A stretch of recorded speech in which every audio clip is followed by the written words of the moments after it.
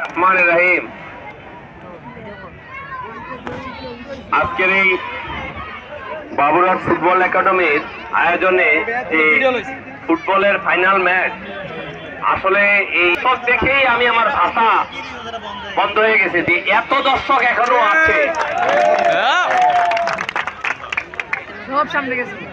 আমি এখানে অবশ্যই প্রশাসনের কোনো লোক আছেন, আমি প্রশাসনের লোকদেরকে বলবো যে আপনারা বাবুরহাটের স্কুলের এই বাবুরহাট ফুটবল একাডেমির এই যে ফুটবল খেলা আয়োজন করেছে, অতি সত্বর আপনারা উপজেলা ভিত্তিক হোক, জেলা ভিত্তিক হোক, আপনারা ফুটবল খেলার আয়োজন করেন। তরুণ সমাজকে রক্ষা করার একটাই মাত্র আমাদের রাস্তা, লেখাপড়া আর এই খেলাধুলা, তার বাইরে আর বিকল্প কোনো রাস্তা নাই। আমার বিশ্বাস আমার সাথে আপনারা সকলে একমত হবেন।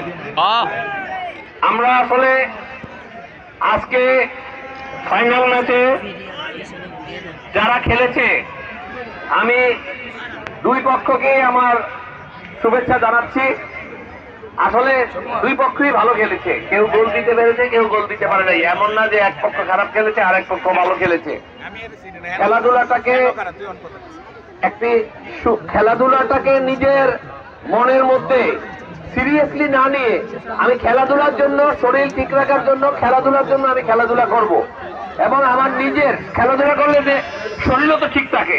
আমি এখন রাজনীতি করে আমি খেলাধুলার সময় পাই না, কিন্তু আমি এত খেলাধুলা স্পোর্টসম্যান ছিলাম যে আধা ঘন্টা হাঁটবো সেই সুযোগও নাই। আপনারা সবাই যারা এই মহল্লার এলাকার লোকজন আছেন, এখানে স্কুলের প্রধান শিক্ষক আছেন, কলেজের অধ্যক্ষ আছেন, আপনারা সবাই এই মাঠের দিকে নজর রাখবেন। এই মাঠ যেন অন্য কোনো কাজে খেলাধুলা ছাড়া ব্যবহার না হতে পারে।